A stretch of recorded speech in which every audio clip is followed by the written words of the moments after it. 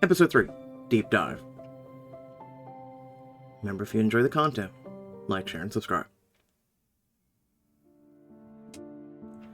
The next morning, at the edge of Sonderesne, you wave to Safaa as she speeds off, leaving you at the road leading to the church just outside the village. She will chase up results from the forensic lab in Odense, while you look for more leads. You'll call her later to check in. In front of you, the tall, imposing building protrudes from an otherwise idyllic landscape. The visage is violent, the creation alien to everything around it. I get why they built this on the outskirts. It's kind of an eyesore.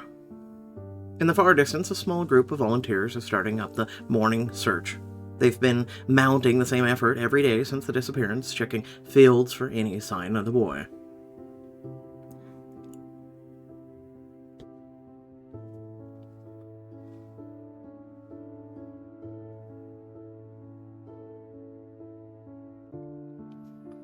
Wrapping your jacket tighter, you head towards the church. A man is out on the pavement, collecting leaves with a rake.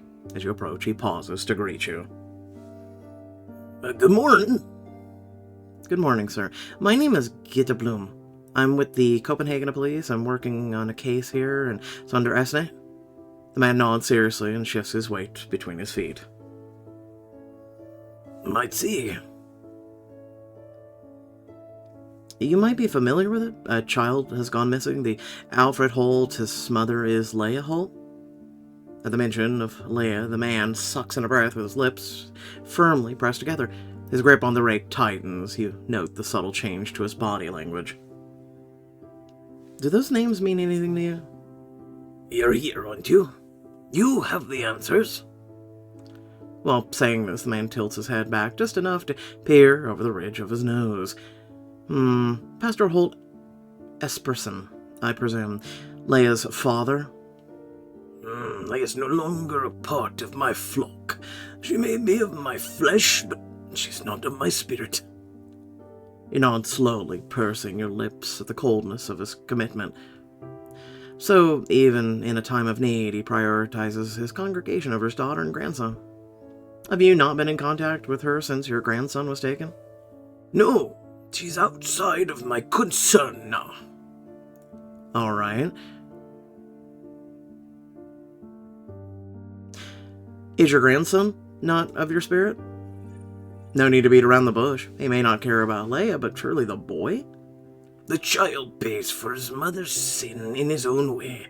His existence is a permanent affront to God. The pastor starts raking leaves again as if the conversation is over. We still need to ask you and your wife some questions. When would be a good time for you to come down to the village hall? Miss Bloom, I'm a very busy man. I can't set aside hours of my time to indulge the police on matters I have no connection with. Leah's business is her business. It has nothing to do with myself nor my wife. Where is your wife today? Inside? You point to the entrance. My wife is out on her trail of clemency. She visits nursing homes and helps residents seek forgiveness before the time on earth is up. I see. And what does that work entail? We spend time with lapsed members who've turned to us in the final stages of life. We offer comfort and help them seek forgiveness for the life they've led.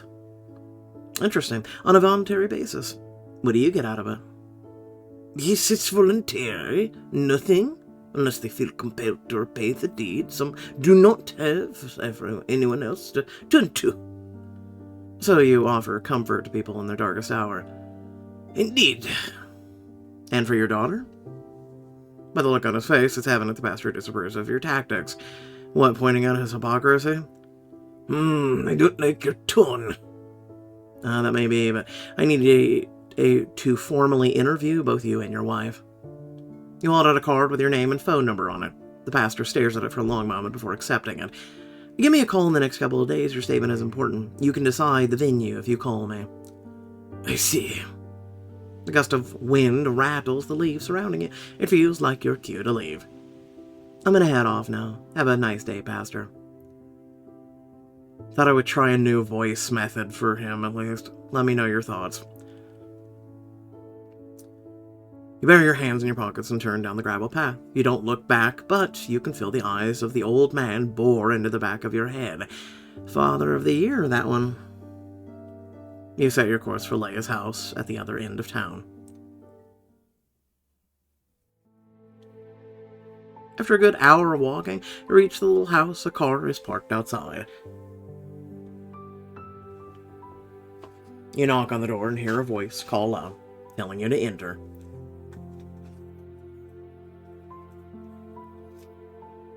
In the living room, you find Leia at her spot on the sofa. A flicker of surprise crosses her face. Oh, it's you. Krista was back. I apologize. Officer Brandt is working on coming back tomorrow, if possible.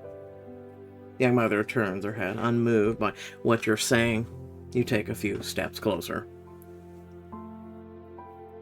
I couldn't help but notice the car parked outside. Who? That's mine. A man steps to the door of the kitchen carrying 2 mugs while he brings to the coffee table. You recognize him. Oh, you're the friend who came with Leia for their interview. The very same. Amander's. He moves around the sofa and comes up to you, extending his hand, and you take it and feel his fingers slowly close around yours. Shake it firmly. This is weird, but alright. The palm is dry, warm from carrying the mug, but his fingers feel cool against your skin. He lets them caress your wrist accidentally at first, but as your hands move up and down, the tip of his fingers gently brush against you. You can't help but look down at where you're connected, watching his thumb lifts and curls onto yours. Okay. The gesture's fleeting, but when you look up, the man's enigmatic smile greets you.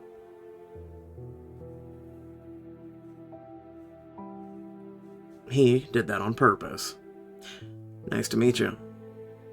You as well. Anders' behavior is very strange. What is he trying to do? I'd like to know myself. You a Copenhagen detective? You take a step back, squeezing your fingers inside your palm. Yes, call me Gita. Gita. Where's your partner? Leia's intervention is a welcome excuse to avert your eyes from her friend's intense gaze. There's something unsettling about him that you struggle to put a finger on. She's following up with a forensic lab in Odense today. We're looking for leads. You take out your phone and open an image folder. Show her the brick symbol, I guess. Do you know what this is? The young woman recoils. She reaches for Anders and presses her face into his arm. Where did you find that? I'd like to know what it means to you first. I looked it up last night, and it's called the Othala from a runic alphabet. The young man looks at Leia, still clinging onto him. When she meets your eye again, it's with both regret and anger. It means kinship. People with the same place, their heritage. Why would someone carve it into a brick wall outside? Where? She whips her head to face you, teeth bared in a snarl. Underneath the window of Alfred's room, hidden by the tall grass. In a flash, the young woman scrambles to her feet, ready to run outside to confirm your words, but Anders grabs her by the arm and restrains her. We'll go later. Calm down. It's them, Anders. They're mocking me. You observe how he silently begs her to restrain herself. With trembling lips, she grinds her teeth painfully and sits back down, her body tense. Who are they? What do you mean by mocking you? Who are they? Who do you think? The neighbors. You think it was carved in the wall after Alfred was taken? Of course. Anders puts a hand on her shoulder, but he shakes himself off and says in an icy voice, I'm going to the bathroom. Then she turns to you. They're going to blame it on me, you know? They're going to spread rumors and drive by my house every night, and no one's going to focus on the actually finding... She chokes on the words. It takes all of her power to continue. On my baby. No one cares. Believe me when I say... We care. You sense the young mother is grasping at straws. Anything to keep the hope of seeing her boy again alive. Okay, I hear you. She knocks into the coffee table before leaving. You hear the bathroom key turn to the back door in the silence that follows. I should go. Can I ask you something? You pause, your exit to look over at the man. He's smiling again, a cruel smile. What's this job to you? A lesson, punishment? They send you out here to humble you or something? You narrow your eyes, debating his intentions. Let me ask you, what's your relationship? What is she doing in the bathroom? What does it matter? I'm gonna be honest. What does it matter?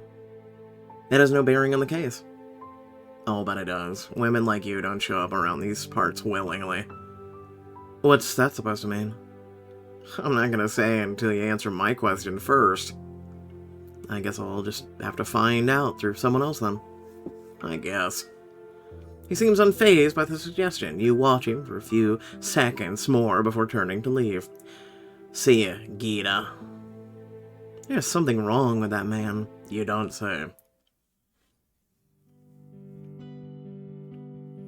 Later, at the town square. It's well past midday before you reach the town center. With your hands in your pockets, you face the townspeople, long stares, word travels fast. I can hear the pastor's name being whispered. He must have warned his congregation not to speak to me. A car approaches from the front, a white sedan, the driver obscured by the reflection in the windscreen. Just as it passes you, it honks its horn in 2 loud bursts. You jump in surprise. Damn it. You give the car an evil glare as it speeds off. You barely catch the number of plate before it's gone. Only then do you hear the clearing of a throat and turn around, ready to unleash hell. A familiar face stares back at you from the corner shop doorway. Hey, officer. Ah, yes, and hi. Making friends? He nods at the passerby on the opposite side of the road who's stopped to look at you. The woman quickly continues on her way. Not exactly. Give them time. They're just not used to seeing strangers who like to poke their noses into people's business. Not beautiful ones, at least. You blink a few times, unsure if you heard him correctly. I feel like that's really dumb. You know you're addressing a police officer on duty, right? What did you just say? Why not? I know. Big fan of the law. He chuckles softly. His level of confidence is absurd, and yet it puts you at ease. He's not deterred by the badge. On the contrary. Did you always know you wanted to be a cop? Well, no, I guess not. You take a few steps towards to get a better look at him. Things happened so fast yesterday. You barely had time to take him in. His brow, his strong jaw, the mole on his lip. Didn't fantasize about knocking on doors in the rain and collecting sticky stuff to put in evidence bags. Does anyone dream of doing that? I did briefly, but then I thought better of it. Oh, can I ask why? Didn't feel like me. I gave it a shot, but didn't make it through my first year as a cadet. That was a long time ago. I'm sorry to hear. It's definitely not for everyone. You've done all right. Believe me, it hasn't always been easy. I bet. Also, I didn't look very good in the uniform, so I can't imagine that's true. The words fly out of your mouth before you know it. You inhale sharply, cursing the surge of embarrassment that tickles the back of your throat. You imagine I look good in a uniform? I just meant uniforms are usually, quite flattering for most people. Yeah, no, you're doing bad at this. Wow, you're really letting me dig a hole, aren't you? If it helps, you'll look pretty cute when you're embarrassed. Okay, stop. No one thinks that.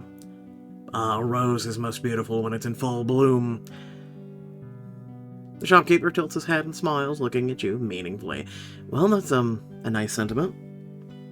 Your heart beats a little faster. Neither of you speak for a long moment, the words hanging in the air. He's a romantic. Have you had any lunch? Before you can answer, he disappears into the shop for a brief moment, then reappears with a sandwich and a drink in hand. Here, take it. You're too kind, I can't accept this. Or, that's so kind of you, thank you.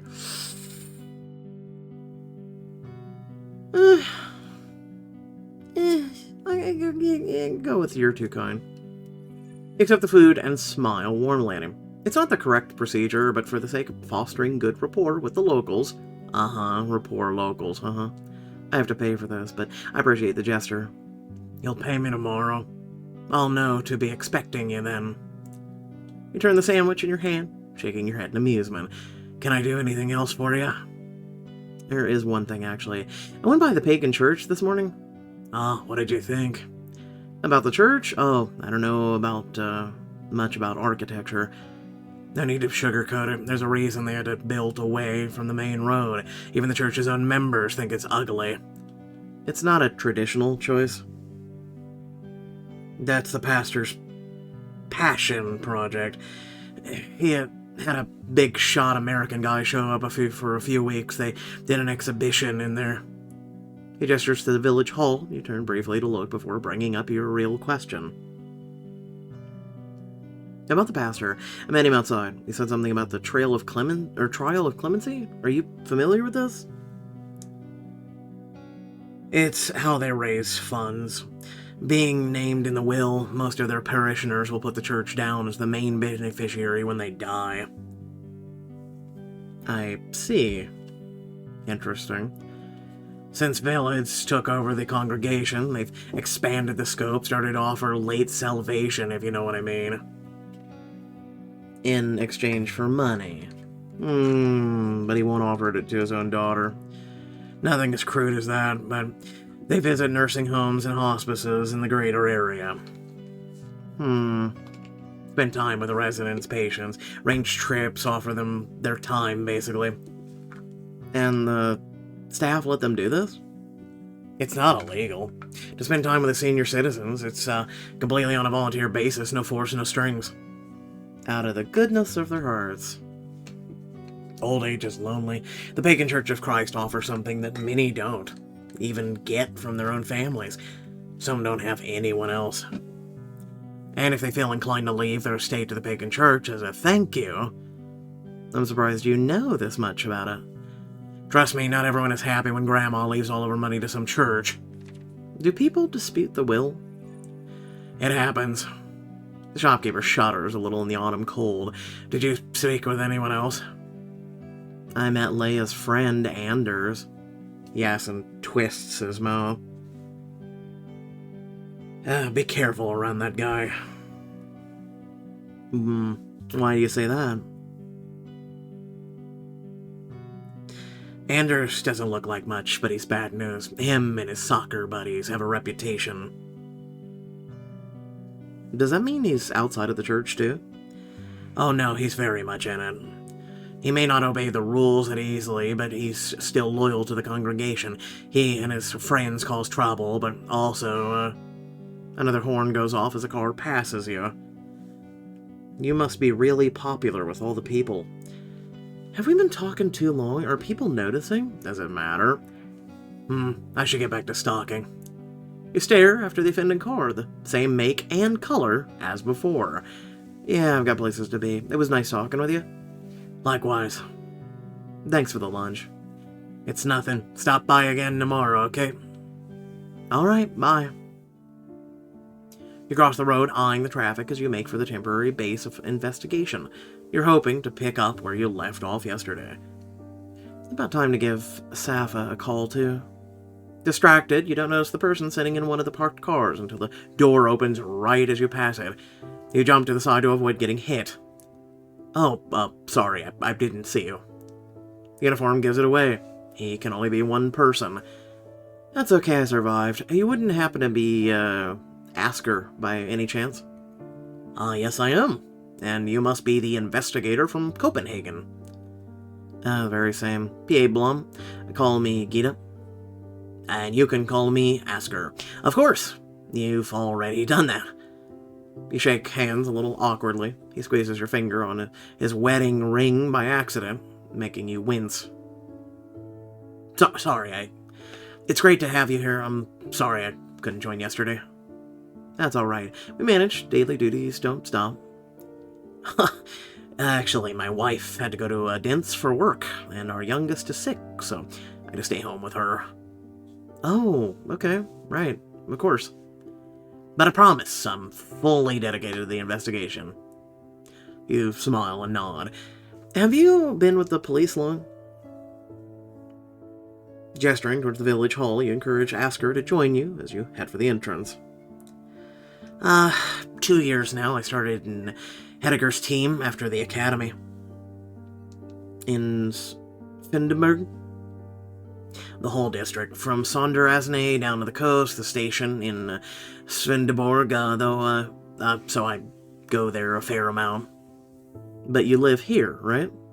That's correct. I grew up here.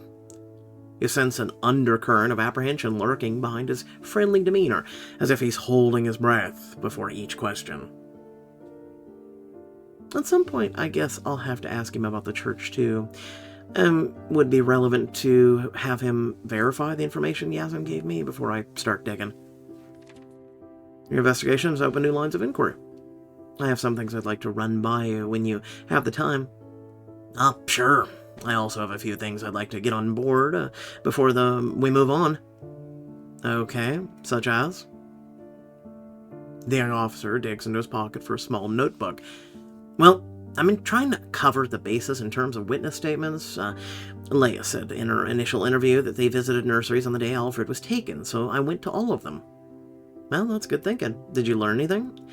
None of them gave me any indication that Leia was troubled in any way. In fact, she seemed rather relaxed, chatty, and spoke about how strange it would be when Alfred got a placement. She didn't want him to go? It sounded like she was still debating on whether she should wait another 6 months, but she's also out of a job. She was considering the future, making plans.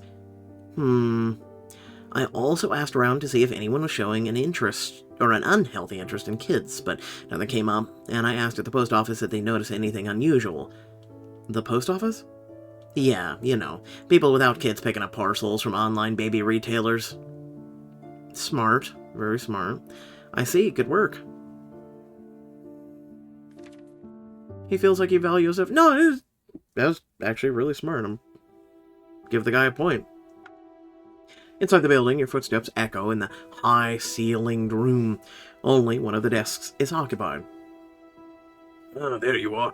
I thought I was going to solve this on my own. Hello, Henrik. How's it going? The young detective walks to the coffee machine, starts putting on a new pot. Uphill, Asker, uphill. This baby has vanished into thin air, it seems. The search parties keep going over the same hills, God knows why. And this morning I've had to deal with some pretty unpleasant phone calls. He turns to you. Did you harass village Esperance this morning? I asked a few questions regarding his daughter. We learned about her excommunication yesterday, something would have been valuable to know from the start. Excommunication? Since when? He didn't mention any of that. Well, I'm sure he didn't. Leia didn't want to bring it up either, but that makes it even more relevant. I went to ask him to come in for an interview. I didn't know. Well, you asked. Good job. Asker has been following the conversation from the coffee machine, and the commissioner turns to him. Asker, do you know anything about this? Asker gives a start and drops the ground coffee. It spills all over the countertop and onto the floor. Good job. You're fired. You dropped coffee. You wasted it. Officer. Sorry. Yes, I know. He shrinks a little under the intense gaze of both of you and the commissioner. There were some issues around the time she had her baby, but it's been a long time now. It's been less than a year, according to Leia. The young officer takes a deep breath. Excommunications are very rare and hard on all parties involved, but it was no bearing. I think it's up to me to decide if such information has no bearing. The commissioner gives his subordinate a long, disappointing look. Regardless, we now know, and we need to consider that what the implications are. I think it's pretty clear. We've been treating Leia as a victim, but with this new information... The commissioner. She is clearly not shy about hiding facts from the police. I think it's time we consider her as prime suspect. You shift your gaze between the officer and his superior. Excuse me, Henrik, but I think that's a hasty conclusion. She may have kept the excommunication to herself, but nothing else suggests foul play yet. Your officer has been tracing her movements all day. And on the day of Alfred's disappearance, she appeared completely unaware of the impending threat. You turn to the officer. Did I understand you correctly? Yeah. According to the nursery staff, she seemed in good spirits, a little worried about parting with Alfred on a daily basis, which is normal. You previously received Asker's input. He appreciates your support. With a brief nod, you turn back to Hedger. Turning the investigation to focus on Leia would cut off valuable avenues of inquiries. Fine. Look a little closer at the family ties. I still think there's something fishy going on with the girl, but we'll put that on hold. Good. For now. I appreciate it, sir. Just then, your mobile starts ringing in your pocket. Excuse me, that might be my officer? You pull out your earbuds and place them in your ear before looking at the display. Please have something for me, Safaa. Saga? Turning your back to the other officers, you accept the call and speak softly. Hello, Saga. Is everything okay? Hi, Gita. Everything is fine. I'm just going to ask if I'm watering your plants or your dad is. You squeeze your eyes shut. I don't remember. I can text him not to if you're doing it. Oh, that would be great. I don't want to drown them. You know, you could just walk in, put your finger in the soil, and know if they've been watered or not, right? Glancing over your shoulder, you lower your voice even further. Was that all? It's just I'm kind of in the middle of... I had the strangest interaction coming here. A woman with a huge backpack came in with me and walked right behind me the whole way up to your floor. Oh? Yeah, when I stopped at your door, she continued up the stairs, but turned around briefly to ask if I was your girlfriend. That sounds like Alba. And what did you tell her? No, I was your ex-wife.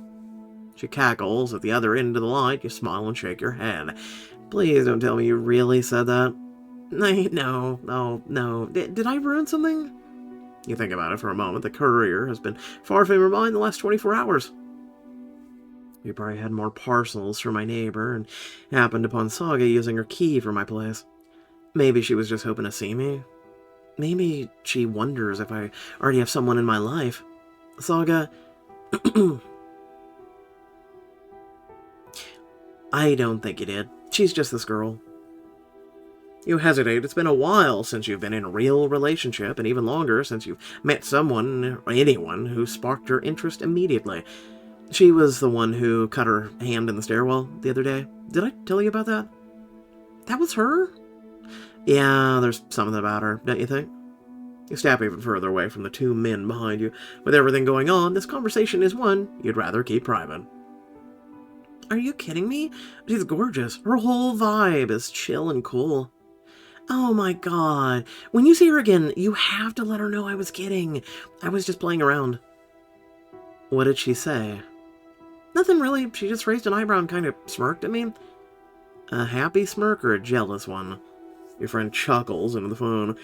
Alright, FBI, I don't know, okay? I didn't expect to be profiling her later. Okay, sorry. You remember her number is written down somewhere at home in the hallway or maybe the kitchen. You should make an effort to find it when you get back. She seemed interested. That's all. Like, she was gonna pass me, but when she saw the door I was going to, she paused. There was maybe some hesitation, like she was debating whether it'd be too insane to ask who I was. That's kind of cute. It is. Now, stop worrying. You hang up and remove your headphones. Time to get to work. That evening, arriving at Skolvund Crow. It's a long since dark by the time you approach the local inn, a low-ceilinged, stuffy restaurant and bar close to the road. After a few unsuccessful attempts, you manage to get hold of Safaa, only for her to tell you she'll be back late. The thought of dining with Jensen's alone didn't particularly appeal to you. Thankfully, the inn is within walking distance. As you enter, the wall of hot air assaults you. You turn to compose yourself in the mirror, hanging right inside the doorway. Outfits. Oh, yeah. Yellow. Hold on, wait. Okay. I don't know, blue sweater's fine. I'm gonna be honest with you. Like, I feel like these are a little... I feel fine with that one. Continue. I actually might go with that one. Unless there's a black one of that. No, damn. Okay. I kind of like the brown one though, but I'll go with the black. I know, normally I don't do the short to long or vice versa, but you know. Her hair that she currently had was a little off for me. The place is busy, with diners and groups of all young revelers spaced around the restaurant. At the bar, a few lone drinkers stare vacantly into their glasses. Should I sit at the bar or at the small table? I'm gonna sit at a table. You know, peace and quiet, away from people. You move to a small table for two. The tablecloth looks clean and ironed. A very traditional place. It's kind of cute. You look over at the empty chair. You're not a stranger to dining alone. There have been times when you've been so focused on your work that nothing, not even hunger, could tear you away. It reminds me of the Noken case, poring over search histories and digital records all alone to get a single realization. All while devouring lukewarm sandwiches or ice-cold stir-fry in the corners of cafes and Chinese restaurants, with employees trying to clean around me. The waitress comes down and hands you a menu. While you thank her, your eyes catch a glimpse of a familiar face across the room. Oh, goddammit. Are you fucking stalking me, dude? Please don't come over. He gonna come over. You watch as it gets up, and it's always like this. Strides over to you. I'm serious. What are you doing here? I'm here for dinner. Mind if I join you? He doesn't wait for a response, but pulls out the seat next to you.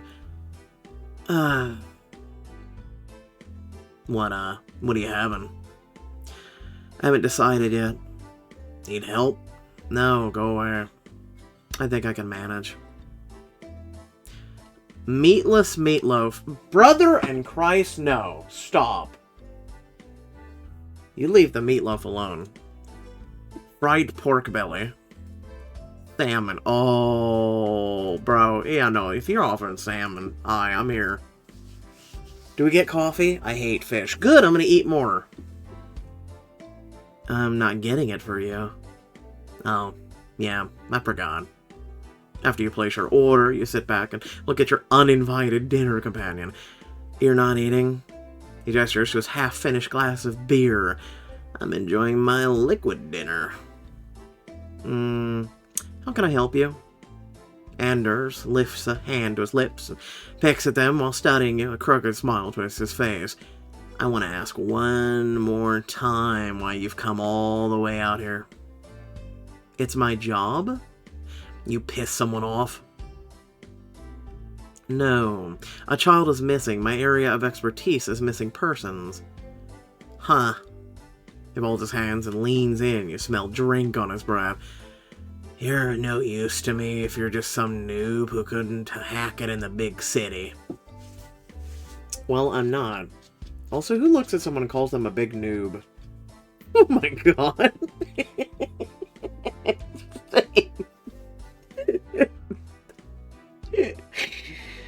Never thought I'd read that in my entire life, but we're here for it. Good. Are you gonna answer my question? I think I just did. You just said I'm no use to you. Use for what?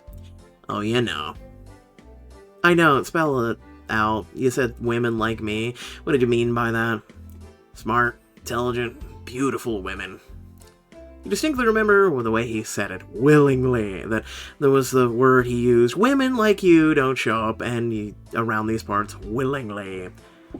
What do you think I'll be able to do for you? God, you're persistent. Alright, listen. I care about Leia. I hate to see her hurting like this. If you were shit at your job, I'd have to take matters into my own hands. He throws a glance back, and you follow his eyes. At the back of the room, there's a table where a group of young men are drinking. Hey, Fisker, stop hitting on the fancy bird and get back here. My people are calling me. His eyes hold yours predatorily, as if he's ready to pounce the second you look away. He's toying with me. Feels like the more I push him, the keener he becomes. It creeps me out. On the other hand, maybe I could use his eagerness for my benefit. A few minutes pass, and then your food arrives. Sensing that he might have outstayed his welcome, Anders grabs his glass and downs it.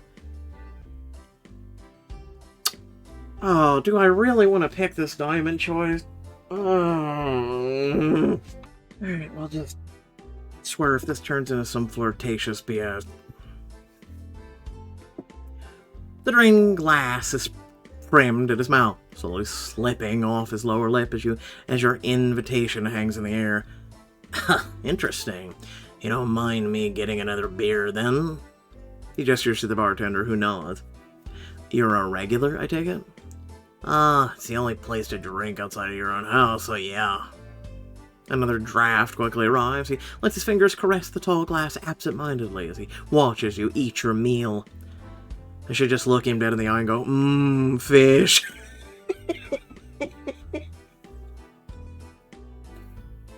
You don't need to look at me like that. How am I looking at you?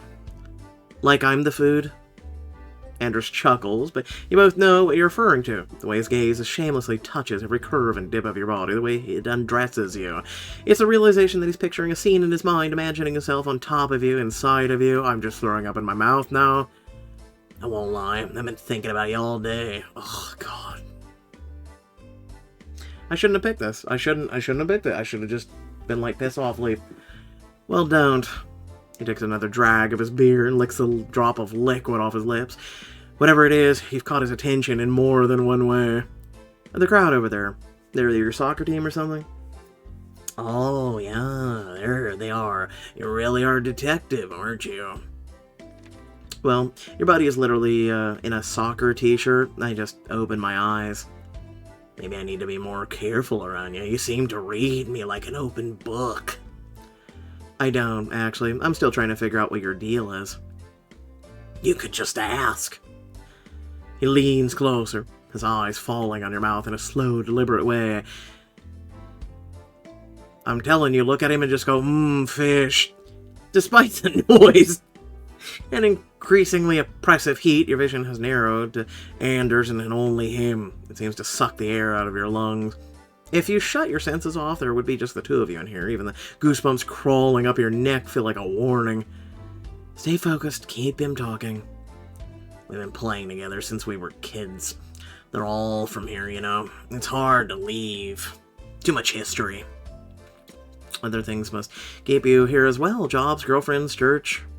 Without taking his eyes off you, he sucks his teeth, leading his glass to his mouth. The church. You're part of it, aren't you? You grew up with their teachings? Submission, salvation, and charity, yeah. Why do you say it like that? I ain't submitting to anything.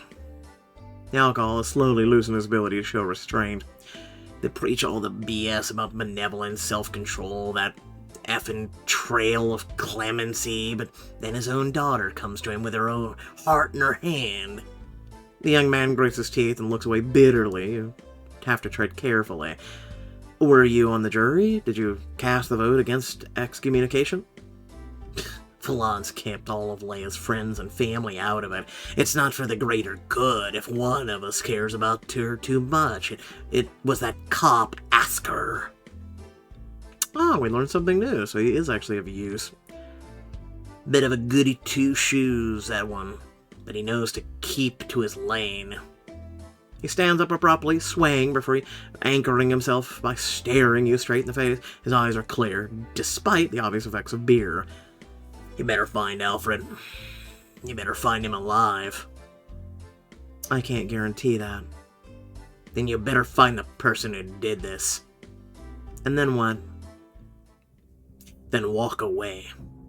Let me and my boys right a wrong. You know that's not an option. We'll see. He drains the glass of the last few drops as he turns and then throws it to the floor, shattering it in a shocking display. Another! His friends yell and cheer while the rest of the patrons slowly turn back to their meals and drinks, only startled for an instant. I don't like him. Like, I like him because of that mentality right there. But the other 99%, I don't like him. It doesn't take long for you to pay up and leave. You slip outside without looking back and quickly put some distance between yourself and the noisy inn. Out here with no street lamps, you're letting the moon guide you. It's so quiet out here. For what it's worth. Ender's maniacal grin as he shattered his glass in the middle of the restaurant is imprinted on your mind. He may be on Leia's side, but he's volatile. There's a chance he'll do more harm than good towards her in the long run. The idea that he could take things into his own hands concerns you. I have to keep an eye on him. You shudder at the thought. You've noticed his eyes come alive at the sight of you. He's used to being the predator. And he's trying to make me the prey. The cold night seeps under your jacket, and you dig into your hands further into your pockets. Good thing it's not far. That's when you hear it. A groaning noise, a low, inhuman grunt. You stop walking, standing completely still on the gravel path. The only sound is the wind as it sweeps through the long grass. What was that? An animal? Squinting your eyes, you try to make out the shadows in the distance. The cold light of the moon casts a silvery glare on all the things, making them morph and shudder with the sway of the trees. Damn it, I'm losing my mind. No, you're not, I said. You're about to turn back when you spot something moving across the field. Eyes. Red, glowing eyes. Your hands dart down reflexively to try to grab a weapon, but there's nothing there and you didn't bring it. Shit. Another low groan travels across the dark open space in front of you. It sounds closer. You search around for something, anything that you can throw. A rock. There's a stone the size of your fist lying on the side of the road. You pick it up and throw it as far as you can. Now run. As the stone crunches in the dry shrubbery, you set off into a sprint towards the bed and breakfast, towards safety.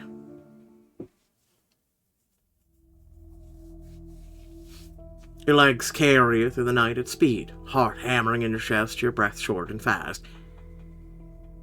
You see the lights from the house ahead of you and run towards it as fast as you can, directly into Safaa.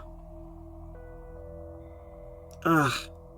You knock both yourself and your partner to the ground, hitting your shoulder on stones while Safaa lands on her back. Keita, what's going on?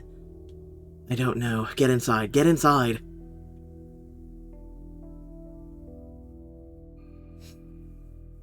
Listen, I saw the Mothman in the field back there. You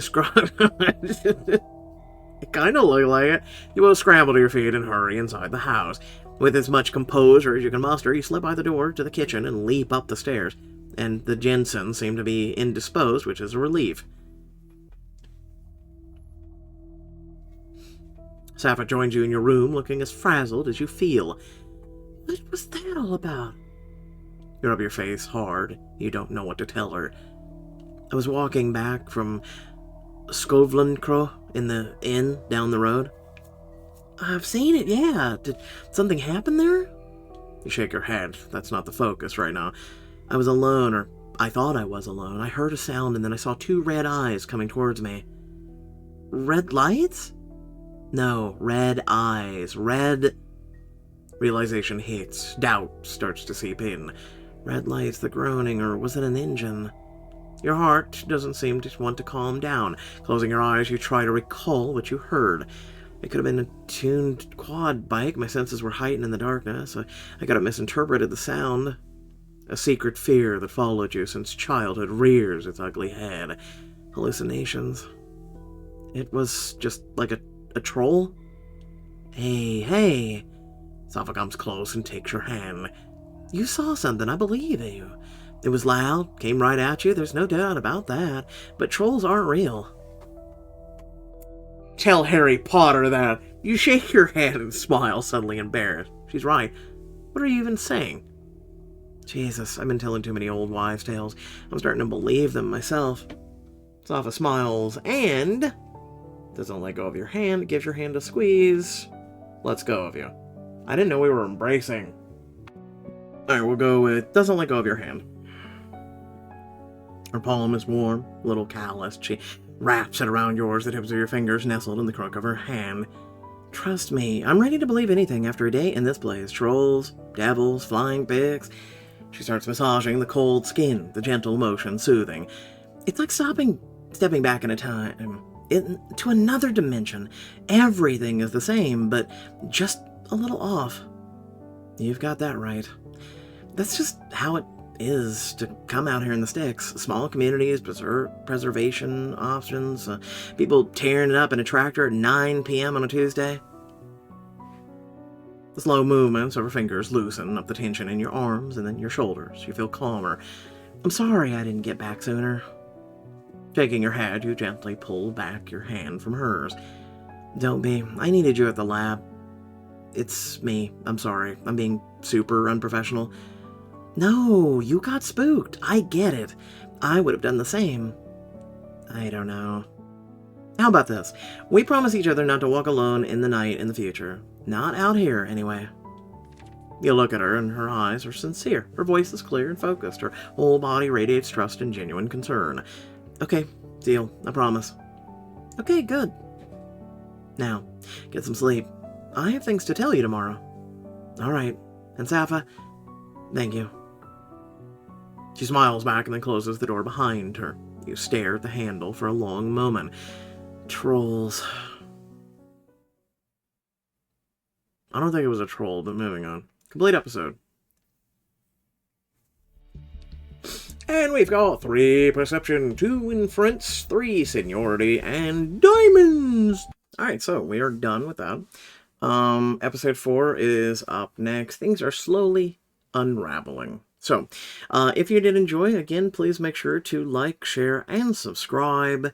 Leave a comment down below letting me know your thoughts. But, let's see, we spent at least a couple hundred diamonds. I'd say minimum 300. I'd say, because let's see, there was a 70, the 50, the 20, the 30. There was a lot. I'd say a minimum of 200 to 300. So, just keep that in mind. So, again, if you want to see more of this stuff, make sure to support the channel. Otherwise, thanks again for watching. Catch you all later. Peace out.